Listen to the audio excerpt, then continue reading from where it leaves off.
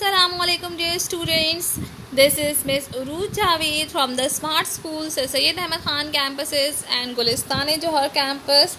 How are you all? Hope you all are fine and staying home. Follow the precautions and keep protecting yourself by wearing mask, using sanitizer, washing your hands often, and following all the SOPs and precautions.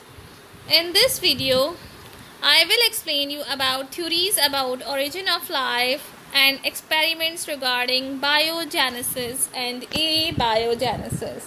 And the resource which I am using here is your textbook of biology for class 9 and 10. Review of previous class. In the previous class, I had explained you the contribution of modern biologists including William Harvey, Galileo, Robert Hooke, Linnaeus, Sheldon and Sichuan, Louis Pasteur, J. Lister, E. Jenner, Charles Darwin, Gregor John Mendel, and Watson and Crick. And also told you about impact of biology on human welfare in the field of production of food, improvement of health, improvement of environment, and genetic engineering. Now let's come to the today's topic. Theories about origin of life. The word origin. What is the meaning of origin? किसी भी चीज़ का arise होना, किसी भी चीज़ का वजूद में आना. Origin of life means life कैसे वजूद में आई. इस चीज़ पे two theories हैं. There are two theories about the origin of life. Number one, abiogenesis. Number two, biogenesis. Now let's talk about these theories in detail. Abiogenesis. A means without, bio means life, and genesis means origin. abiogenesis में जो word A है उसका मतलब है without, bio का मतलब है life, and genesis means origin. Man had believed since ancient times that living organisms, both plants and animals, arise from clay, earth and other non-living matter, not from pre-existing parents of their own kind. जितने भी पुराने ज़माने के लोग थे उनका क्या belief था? उनका ये बिलीफ था कि जितने भी लिविंग ऑर्गेनिज्म हैं, चाहे वो प्लांट हो गया, चाहे वो एनिमल हो गया, वो कहाँ से आए हैं? वो आए हैं क्ले, अर्थ और जितना भी नॉन लिविंग मैटर है वहाँ से. कोई भी अपने पेरेंट के थ्रू नहीं आया, बल्कि नॉन लिविंग मैटर के थ्रू जो है वो लिविंग मैटर जो है वो प्रोड्यूस हुआ है.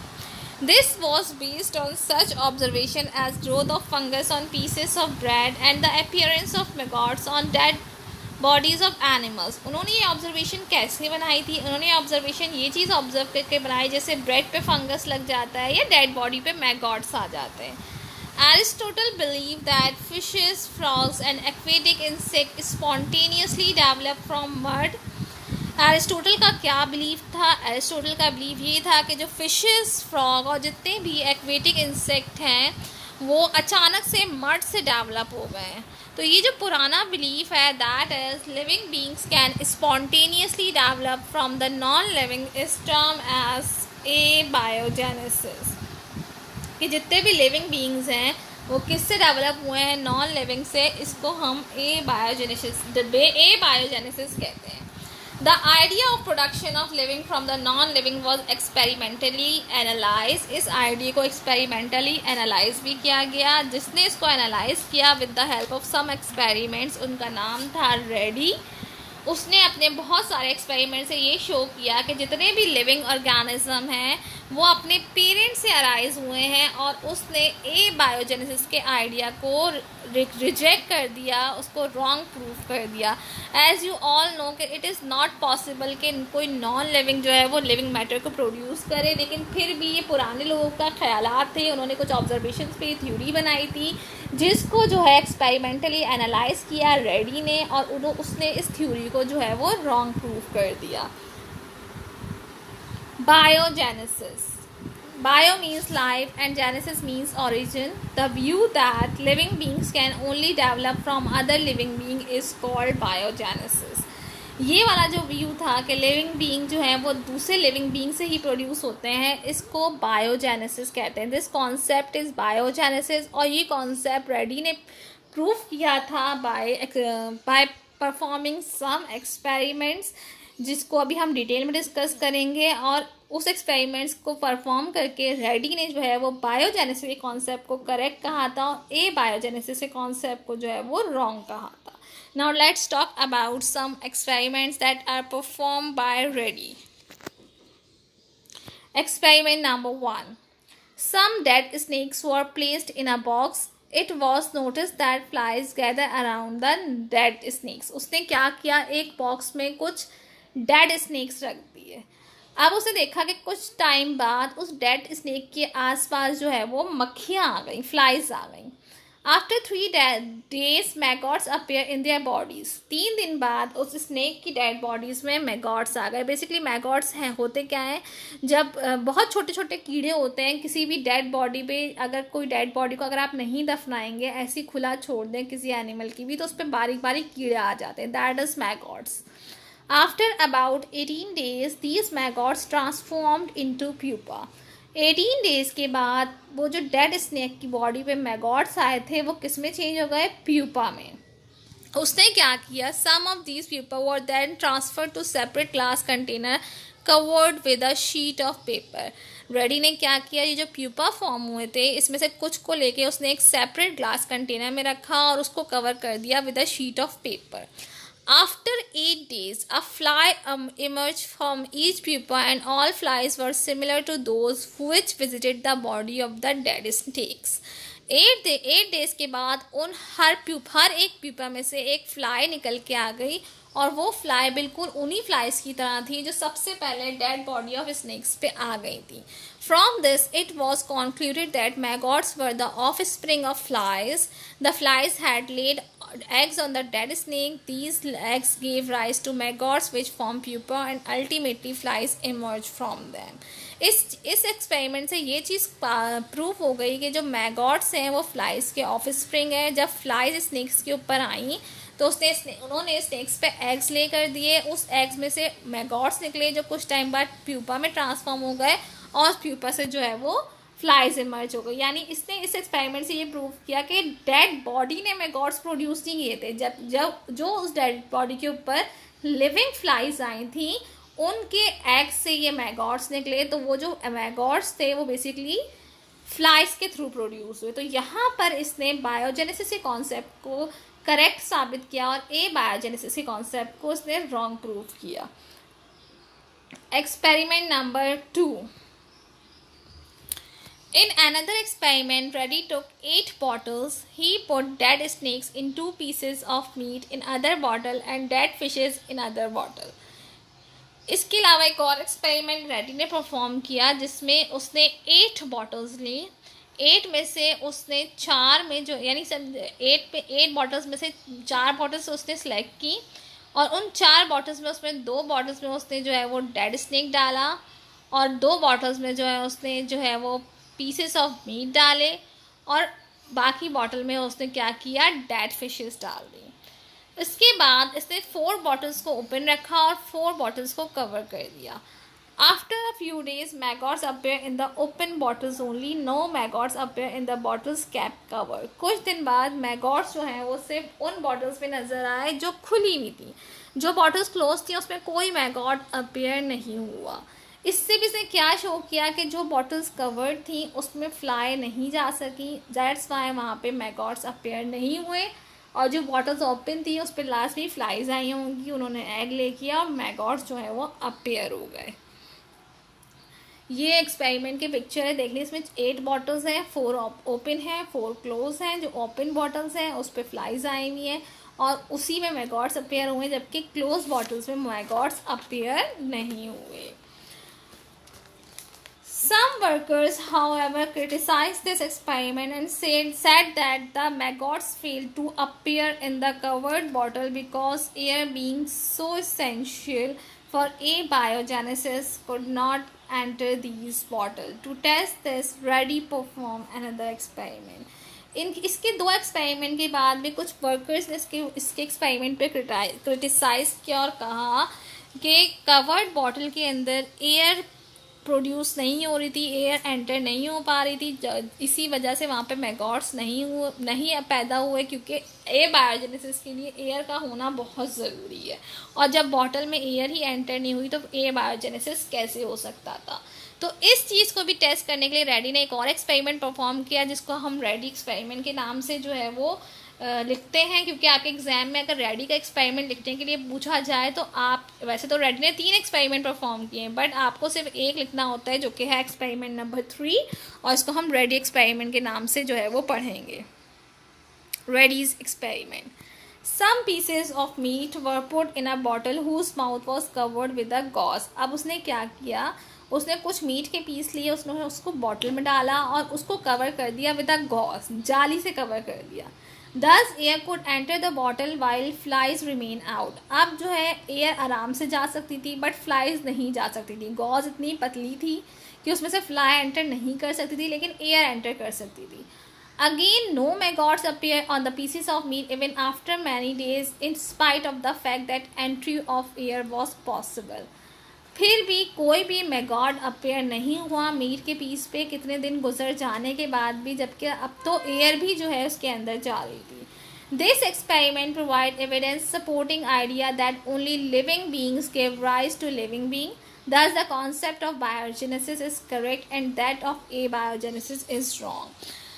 इस एक्सपेरिमेंट ने एक एविडेंस दे दिया, उस आइडिया को उसने सपोर्ट किया कि सिर्फ लिविंग बीइंग ही जो है वो लिविंग बीइंग को प्रोड्यूस कर सकते हैं, राइज कर सकते हैं। और इस एक्सपेरिमेंट के बाद ये चीज़ प्रूव हो गई कि कॉन्सेप्ट ऑफ बायोजेनेसिस जो है वो करेक्ट है और बायोजेनेसिस जो है वो रॉन्ग है। ये रेडी एक्सपेरिमेंट की जो है वो पिक्चर है कि उसने क्या किया था, उसने गॉज लगाई थी, जाली लगाई थी, जिसकी वजह से उसमें जो है वो एयर तो एंटर हो रही थी लेकिन फ्लाइज एंटर नहीं हो सकती। एक उसने ओपन भी दिखाया है, इसके अंदर तो फ्लाइज जा रही हैं, वो मैगॉट्स अपेयर हो जाएंगे, लेकिन जो उसने गॉज से कवर किया हुआ था उसमें कोई मैगॉट्स अपेयर नहीं हुए, और इससे इसने बायोजेनेसिस को जो है वो करेक्ट साबित कर दिया। नीधम्स experiment. In 1748, an English scientist boiled meat in water, poured this gravy in bottles and closed their mouth with cork। 1748 में एक इंग्लिश साइंटिस्ट आया जिसका नाम था नीधम। उसने क्या किया, मीट को बॉयल किया वाटर में, उसके बाद जो उसकी ग्रेवी बनी उसको उसने बॉटल में डाला और उसका माउथ जो है वो कॉर्क से क्लोज कर दिया। After a few days, many microorganisms were produced in these covered bottle। कुछ टाइम बाद उस बॉटल के अंदर बहुत सारे माइक्रो ऑर्गेनिज्म प्रोड्यूस हो गए थे।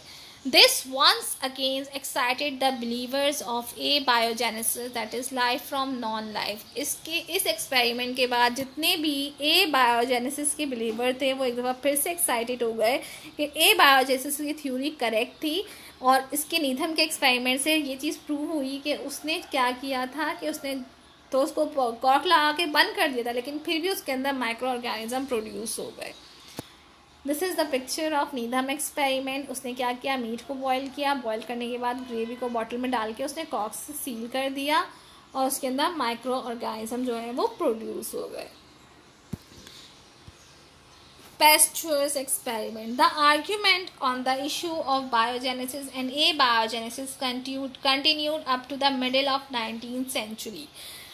ये जो बायोजेनेसिस और बायोजेनेसिस का इशू चल रहा था, इस पे कंटिन्यूसली आर्ग्यूमेंट होते रहे, कब तक, 19th सेंचुरी के मिडिल तक, तब जब तक लुइस पैस्चर आए, जिन एक रिनोड फ्रेंच साइंटिस्ट हैं ये, इन्होंने अपने एक्सपेरिमेंट से प्रूव किया कि बायोजेनेसिस जो है वो हो ही नहीं सकता, जो अर्थ की जो प्रेजेंट एनवायरनमेंट है उसमें जो है वो बायोजेनेसिस पॉसिबल ही नहीं है। 1864 में पैस्चर ने अपना एक्सपेरिमेंट परफॉर्म किया इस इशू को रिजॉल्व करने के लिए। इन्होंने क्या किया, he took flask which had long covered S shape neck. इन्होंने फ्लास्क लिए जिसकी नेक जो थी वो एस शेप थी। इसके अंदर इन्होंने ही added fermentable infusion, yeast, sugar, water in bottles and left their mouth open। उसने क्या किया, इसके अंदर फर्मेंटेबल इन्फ्यूजन जिसमें ईस्ट, शुगर और वाटर वो बॉटल में डाला और उनके माउथ खुले छोड़ दिए। उसके बाद the east infusion were boiled in the flask and let steam release out of the neck of each flask. अब उसने क्या किया, उनको बॉयल किया और बॉयल करते हुए जो एस शेप नेक थी जो एक साइड से खुली हुई थी वहाँ से जो है उसने इसको एयर को बाहर निकलने के लिए रास्ता दे दिया।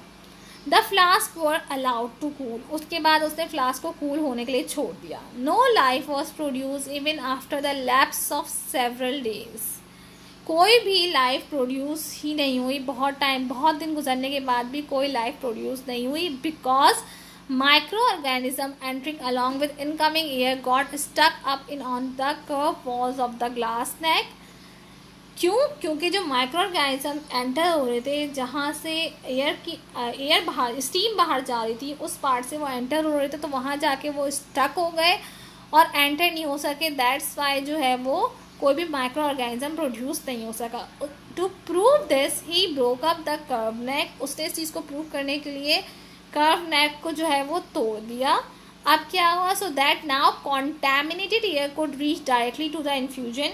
It was observe that microorganism were produce within 48 hours. अब क्या हुआ, जैसे इसने जो है वो कर्व शेप तोड़ दी तो अब एयर जो थी वो कॉन्टैमिनेटेड थी, वो जाके डायरेक्ट इन्फ्यूजन के टच में आई और 48 आवर्स के अंदर अंदर उसमें माइक्रो ऑर्गेनिज्म प्रोड्यूस हो गए। इसके एक्सपेरिमेंट ने क्या प्रूव किया कि if care was taken no micro organism और there spores were allowed to reach the infusion, no life could be produce. कि अगर आप कोई एक्सपेरिमेंट कर रहे हो उस पर अगर आप थोड़ा उस एक्सपेरिमेंट को ध्यान से करें तो कोई भी माइक्रो ऑर्गेनिज्म या उसके स्पोर्स जो हैं वो इन्फ्यूजन तक नहीं आ सकेंगे और उसके रिजल्ट में कोई भी लाइफ प्रोड्यूस नहीं होगी। इसने जो है स्पॉन्टेनियस जनरेशन का आइडिया रिजेक्ट कर दिया था और इस एक्सपेरिमेंट के बाद जो कमीशन थी, बायोलॉजिस्ट की जो कमीशन थी, उसने बायोजेनेसिस के आइडिया को फेवर दिया और बायोजेनेसिस को रिजेक्ट कर दिया। तो फाइनली एट द एंड ये चीज़ ही अभी तक भी ये चीज़ ही साबित हुई है और अभी तक यही कॉन्सेप्ट सच साबित हो रहा है that the concept of biogenesis is correct and the concept of abiogenesis is wrong.